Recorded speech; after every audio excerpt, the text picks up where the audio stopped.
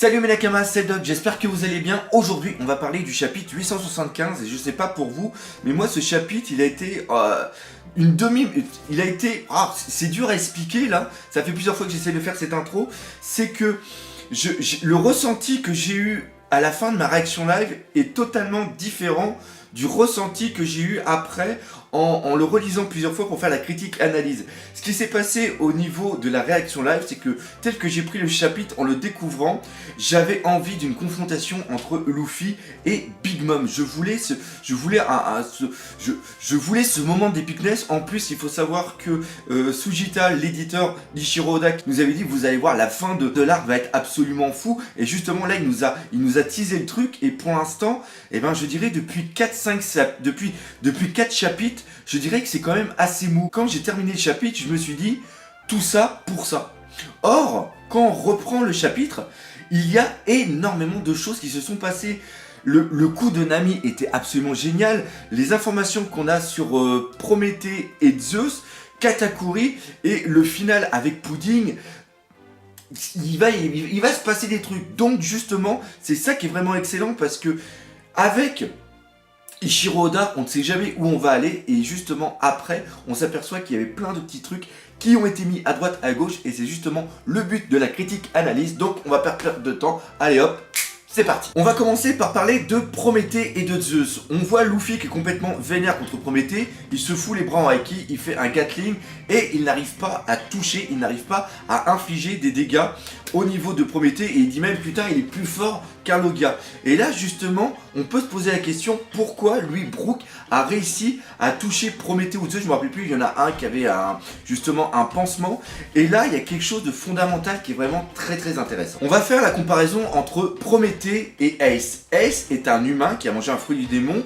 qui est le Mera Meranomi et après il devient un homme feu. Lui, Prométhée, c'est un incendie qui a été compressé et dans lequel Big Mom a mis une âme pour justement le personnaliser. Et là, il y a quelque chose de très important. C'est-à-dire que Luffy, quand il est en haki, le haki permet de toucher la personne, c'est-à-dire permet de toucher l'entité humaine qui est le Logia. C'est-à-dire qu'avec ses points, contre Ace, il avait combattu Ace par exemple, et avec le haki, ça permettait de toucher la personne qu'est Ace dans le Logia. Et la chose qui est importante, c'est-à-dire que avec le haki, quand il combat Prométhée, il ne peut pas toucher le feu parce que le feu, même s'il est matériel, il est un petit peu intangible. Et ce qui se passe, c'est qu'il ne peut pas toucher l'âme. Et c'est là où intervient le pouvoir absolument badass de Brook. C'est-à-dire que Brook, lui, à la manière du haki, grâce à son pouvoir, il peut toucher l'âme des personnes. Et là, on arrive à travers ça à un power-up absolument phénoménal de Brook et l'explication de pourquoi Brook arrive à toucher Zeus ou Prométhée et pourquoi Luffy, lui, ne peut pas. Mais Prométhée, c'est reste que du feu et la meilleure façon de lutter contre le feu, c'est bien sûr avec de l'eau et c'est là qu'intervient Jinbe. Jinbe va dans la rivière, il fait son attaque Spear, Wave, Murasame et c'est là qu'intervient un petit clin d'œil. Et là, on va faire la petite parenthèse. Comment être moins con grâce à One Piece? Pour ceux qui font du jeu de rôle ou alors du jeu vidéo, Murasame est le nom d'une arme qui est souvent utilisée, mais à l'origine, cette arme a été créée dans un roman épique du 19e siècle au Japon en 106 volumes dont le nom est Nanso Satomi Akenden et ce katana permettait d'invoquer justement la pluie et le surnom de ce katana c'était pluie d'automne ou encore village pluvieux. Donc encore une fois les petits clins d'œil comme ça et moi personnellement j'adore. Donc l'affaire Prométhée c'est réglé, maintenant on va parler un tout petit peu de Zeus et là je trouve que c'est vraiment très fort parce que il y a quelque chose que j'avais pas remarqué à la première lecture, c'est tout simplement que tout ce que fait Nami est quelque chose qui a été réfléchi et là on arrive encore une fois à un aspect important du personnage. Elle est manipulatrice, intelligente et surtout très réactive en tant que navigatrice. On sait que quand elle voit un nuage ou quand elle voit quelque chose, tout de suite elle arrive à mettre le cap pour tourner et là c'est exactement ce qui se passe ici. On va refaire un petit historique de toutes les choses. On sait que quand il y a eu la bataille des plaines de Luffy, Nami contre justement l'armée de Big Mom, suite au fait qu'elle avait appris que Cracker s'était fait latter la bouche, elle était rentrée dans une colère folle et elle avait envoyé Zeus et Nami avaient réussi à utiliser ces éclairs contre justement l'armée de Big Mom. On sait aussi que Zeus a à l'intérieur de lui une partie de l'âme de Big Mom, et encore une fois pour moi c'est la personnification de Big Mom telle qu'elle était enfant, c'est-à-dire un petit peu cet esprit espiègle et cette gourmandise qui est totalement différente de Prométhée lui tel qu'il est. C'est plus le caractère mauvais, machiavélique du personnage, et Nami a sûrement vu ce trait de caractère au niveau de Zeus et l'attire en lui donnant à manger les petits nuages pour justement que Big Mom ne puisse plus avoir ce moyen de locomotion rapide, et après on la voit créer le Weather Egg. Et le fait de faire ça, pour moi, n'est pas dû au hasard. Elle s'est servie de Zeus comme une sorte d'accumulateur. Elle lui a envoyé plein de nuages à l'intérieur pour que celui-ci soit chargé en électricité. Les petits nuages avec ce Weather Egg forment quelque chose d'assez monstrueux. Et ce qui est surtout important, c'est qu'à chaque fois qu'elle utilisait un Weather Egg, comme ça a été le cas au niveau de Punk Hazard contre Buffalo et aussi Babyface, elle pouvait contrôler après le nuage qui sortait de cet œuf. Et donc, pour moi, je pense vraiment que Nami, en sachant que Zeus devenait un petit peu cet accumulateur, si il avait mangé le Weather Egg, elle pouvait contrôler les nuages à l'intérieur de lui. Le fait que toute cette puissance à l'intérieur de lui ait fait une sorte d'écho qui est absolument explosé. Après, elle n'avait juste qu'à faire le mouvement comme on voit avec son Climax, la foudre qui a totalement décalqué la gueule de la famille. Mais par contre, je ne pense pas, même si on voit le visage de Big Mom complètement horrible, je ne pense pas que Big Mom soit out. Là, Big Mom, elle va venir et elle va être vraiment, mais alors, vraiment furax. Et ce qui est génial en plus avec Eiichiro Oda, parce que Eiichiro Oda veut vraiment tout nous montrer, c'est qu'il a voulu nous faire voir la puissance de cette attaque. On voit une partie de l'île qui est recouverte par le nuage, on voit la foudre tomber, la forêt prendre feu, on voit même la mer bouger avec l'onde de choc, le Tucson Sunny s'incliner et le regard de Brook et aussi de Chopper qui est absolument incroyable. Ils savent que Luffy peut s'en sortir parce qu'il est en caoutchouc, mais les autres. Et là, on peut même se poser une question. Est-ce que cette attaque ne pourrait pas même être plus puissante qu'une attaque d'Eneru? C'est-à-dire que le retour d'Eneru que Oda nous avait prévu, eh bien, c'est peut-être tout simplement le retour d'Eneru à travers Nami. Ça serait fou. Ça serait totalement fou. D'ailleurs, justement, en parlant de power-up de Nami, est-ce que Nami, après, peut toujours avoir Zeus? Là, il y a quand même une bonne question. Zeus a une partie de l'âme de Big Mom, donc il est lié à Big Mom. Par contre, on sait toujours que Nami a une partie de l'âme de Big Mom dans la carte de Lola. On ne sait pas comment, et je ne le souhaite pas. Je ne souhaite pas que après Big Mom devienne une sorte d'allié ami avec les Mugiwara. Si ça se passe comme ça, obligatoirement, à travers la vive carte de Big Mom, on a Zeus qui va devenir un nouveau compagnon des Mugiwara. Maintenant, si Big Mom est totalement vénère, le fait que Nami arrive à amadouer Zeus et arrive à le prendre avec la vive carte peut donner aussi une autre raison à Big Mom d'en vouloir aux Mugiwara. Bon, maintenant on va parler d'un petit peu de tout ce qui s'est passé à côté. Katakuri, on le voit, même si Perospero, lui, a l'impression que Big Mom s'est totalement déchaînée et que c'est elle qui est responsable de l'attaque et que les Mugiwara sont totalement morts, je pense que Katakuri, lui, a encore cette vision et il va peut-être laisser Perospero se charger de Chopper et de Brook, et que lui, Katakuri, va faire demi-tour et va aller faire barrage contre les Mugiwara. Et pourquoi il a besoin de faire barrage? Tout simplement à cause de ce putain de gâteau. Et oui, on arrive sur l'histoire de ce gâteau, le truc que je ne veux pas qu'il arrive. Je ne veux pas que Sanji fasse avec Pudding et avec Chiffon un joli petit gâteau qui le donne à Big Mom, que Big Mom mange le gâteau et qu'elle soit contente et qu'elle les laisse partir.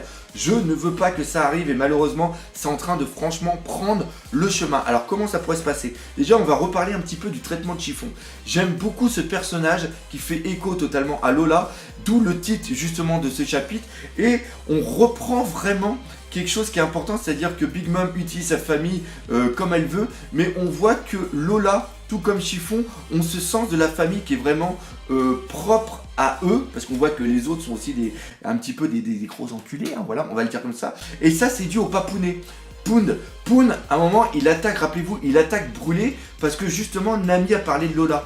Et il va au-delà de sa peur pour y aller. Chiffon a dit à Capone, s'il m'arrive quoi que ce soit, prends soin de notre enfant.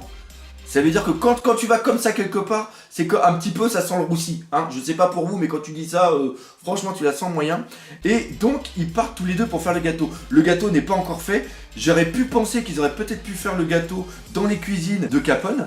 Mais non, c'est pas le cas parce que quand on voit le tapis, on voit qu'il n'y a pas de gâteau. Donc la meilleure façon de faire le gâteau, ils vont pas faire le gâteau par terre sur l'herbe.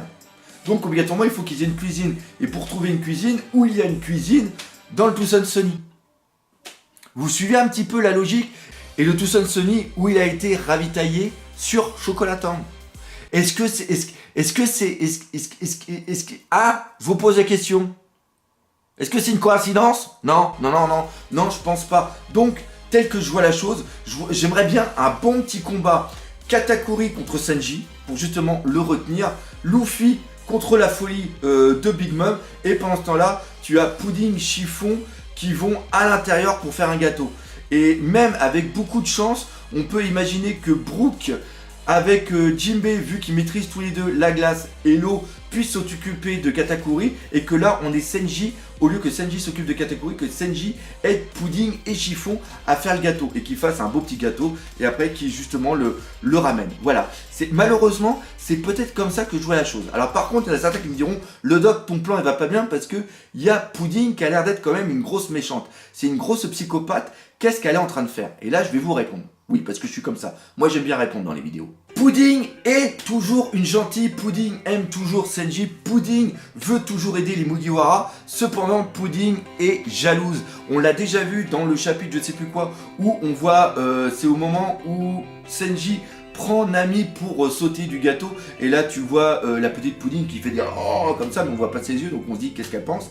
Et là on voit ses yeux là parce qu'elle va retrouver le fou, c'est le fou qui l'aime, c'est comme ça qu'il faut le prendre. Et après elle dit mais qu'est-ce que c'est? Parce que Senji a Nami entre les mains.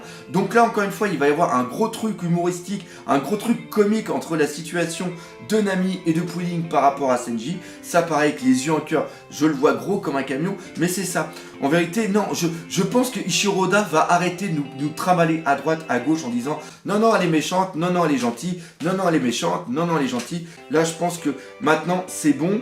Et elle n'était pas spécialement folle, c'était une comédienne qui aimait bien manipuler les autres parce que elle se sentait pas inférieure, elle se sentait maltraitée, différente. Donc, elle se dit, bah, justement, les autres, c'est de la merde, donc je vais les manipuler grâce à mon visage. Par contre, le truc qui pourrait être vraiment classe, mais encore une fois, c'est comme ça que je vois la suite, c'est le pouvoir de Pudding avec l'éveil de son œil, où ça permettrait justement d'enlever les souvenirs de Big Mom sans avoir une action avec elle. C'est-à-dire que comme on l'avait vu avec Raiju, elle est obligée d'aller dans sa tête pour lui enlever les souvenirs, alors que là, peut-être qu'avec son œil, avec le pouvoir qu'elle peut avoir, si elle regarde une personne droit dans les yeux, elle peut aller dans sa mémoire et lui enlever les souvenirs.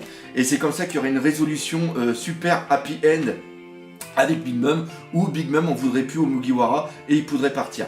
Mais encore une fois, si ça se termine comme ça, moi je dis non. Moi je dis j'aime pas, moi je me dis pas, voilà, c'est ça. En vérité là je vous ai fait la petite vidéo que je voulais vous faire après sur les futurs, la volonté du dit, la volonté du doc. Donc voilà, je pense qu'on a fait le tour de cette critique analyse, oui je pense qu'on est bien là, voilà, ouais, je pense qu'on est bien. Donc voilà ce qu'il y avait à dire sur ce chapitre, pas de pause la semaine prochaine, donc ça c'est bon, mais je pense qu'il y aura peut-être une pause pour la semaine d'après. Encore une fois, j'espère que vous aurez aimé cette critique analyse, si c'est le cas n'hésitez pas à partager, parlez-en autour de vous, laissez des commentaires, défoncez la gueule de ce putain de pouce bleu, et nous on se dit comme d'habitude à bientôt pour de nouvelles aventures One Piece, et n'oubliez pas le principal, One Piece c'est la vie. Allez, salut mes nakamas.